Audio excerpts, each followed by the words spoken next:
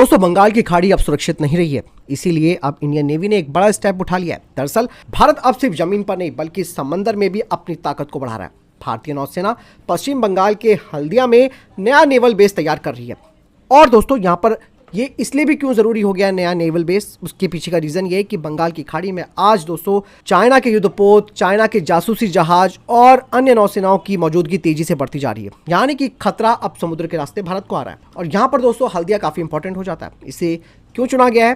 दरअसल के पीछे का रीजन है कि हल्दिया जो है वो हुगली नदी के किनारे बंगाल की खाड़ी से सिर्फ 130 किलोमीटर दूर है। मतलब दोस्तों यहाँ पर पहले से ही बड़ा पोर्ट इंफ्रास्ट्रक्चर मौजूद है, जिसका मतलब साफ है कि भारतीय नौसेना को सब कुछ स्क्रैच यानी कि जीरो लेवल से नहीं बनाना पड़ेगा।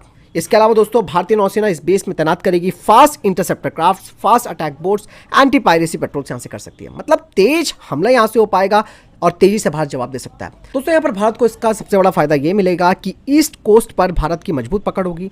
मलक्का स्ट्रेट की निगरानी, अंडमान निकोबार कमांड को सपोर्ट मिल पाएगा, साइक्लोन आपदा में तुरंत राहत, और सबसे बड़ी बात डिटरेंस के बिना युद्ध। इवन दोस्तों यहां पर चाइना और दूसरे देश बंगाल की खाड़ी को हल्के में ले रहे थे, लेकिन अब भारत का मैसेज साफ है कि समंदर में भी भारत तैयार है। फिलहाल आपको क्या लगता है इस बारे में? कमेंट सेक्शन में लिखकर जरूर बताएगा।